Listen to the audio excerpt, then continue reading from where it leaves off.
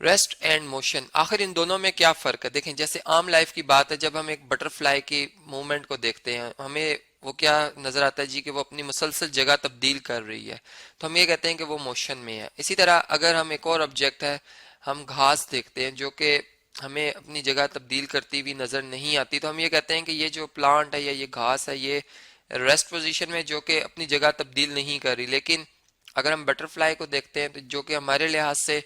جو اپنی جگہ یا پوزیشن چینج کر رہی تھی، تو ہم کہتے ہیں یہ موشن میں ہے۔ تو اسی طرح موشن اور ریسٹ میں جو فرق ہے وہ صرف اور صرف اسی چیز کا ہے کہ ایک باڈی کسی ایک آبزرور کے لحاظ سے اگر اپنی جو ہے وہ پوزیشن چینج کر رہی ہے تو ہم کہیں گے کہ وہ موشن میں ہے، اور اگر وہ اپنی پوزیشن چینج نہیں کر رہی تو وہ موشن میں نہیں ہے بلکہ وہ ریسٹ کی حالت میں ہے۔ اسی طرح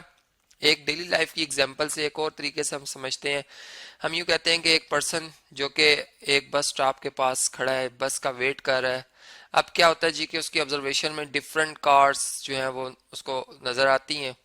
اس طرح سے کہ ایک یہ روڈ ہے فرض کریں، اور روڈ پہ اس طرح سے چلیں جی، ہم اس کو بہتر بناتے ہیں، روڈ پہ ایک کار جو ہے وہ موو کرتی ہوئی اس کو نظر آتی ہے۔ اب یہ کار جو ہے اگر فرض کریں اس کے موشن کے حوالے سے وہ دیکھتا ہے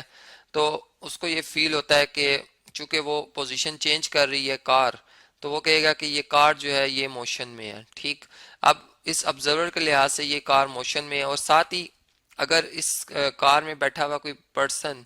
جو کہ اسے ڈرائیو کر رہا ہے وہ بھی اس بندے کے لحاظ سے کس میں ہوگا جی؟ موشن میں ہوگا، چونکہ وہ اپنی جگہ تبدیل کر رہا ہے۔ اسی لحاظ سے پھر ایک اور بندہ جو کہ اس کے ساتھ اس کی پچھلی سیٹ پہ بیٹھا ہو، اگر اس آبزرور کے لحاظ سے یہ دونوں پرسن جو ہوں گے وہ موشن میں ہوں گے، چونکہ وہ دونوں ہی اس کار میں بیٹھے ہوئے اور دونوں ہی اپنی جو ہے وہ پوزیشن کو چینج کر رہے ہیں۔ لیکن اگر میں اس آبزرور کے لحاظ سے بات کروں تو یہ آبزرور چونکہ اس کے سامنے جو اس کا ہم کہہ سکتے ہیں فریم آف ریفرنس ہے، گاڑی کی سیٹس ہیں، اگلی سیٹ ہے، شیشہ اور دروازے وغیرہ، اس کے لحاظ سے جب وہ دیکھتا ہے اس آبزرور کو جو گاڑی کو ڈرائیو کر رہا ہے، تو وہ کہے گا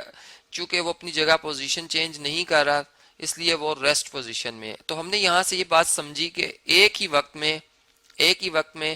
اگر آپ نے دیکھا کہ ایک آبزرور کے لحاظ سے وہ پرسن یعنی ڈرائیور جو ہے وہ ریسٹ کی حالت میں، جبکہ اس آبزرور کے لحاظ سے وہ ڈرائیور جو ہے وہ موشن کی حالت میں۔ اس کا مطلب یہ ہوا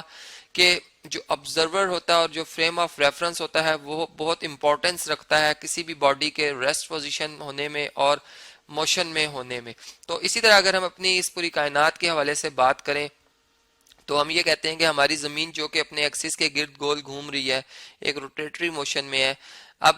اس کا اندازہ ہمیں دن اور رات سے ہوتا ہے کیونکہ ہماری مسلسل پوزیشن چینج ہو رہی ہے۔ تو اب ہم دیکھتے ہیں کہ جو ہم ہیں چونکہ ہم اسی دنیا کے ایک پارٹ ہیں تو ہم بھی اس کے ساتھ موو کر رہے ہیں، لیکن اگر ہم ایک دوسرے کو دیکھیں تو ہم ریسٹ میں ایک دوسرے کو فیل کرتے ہیں، ایک روم میں بیٹھے ہوئے تو ہم ریسٹ میں فیل کر رہے ہیں۔ لیکن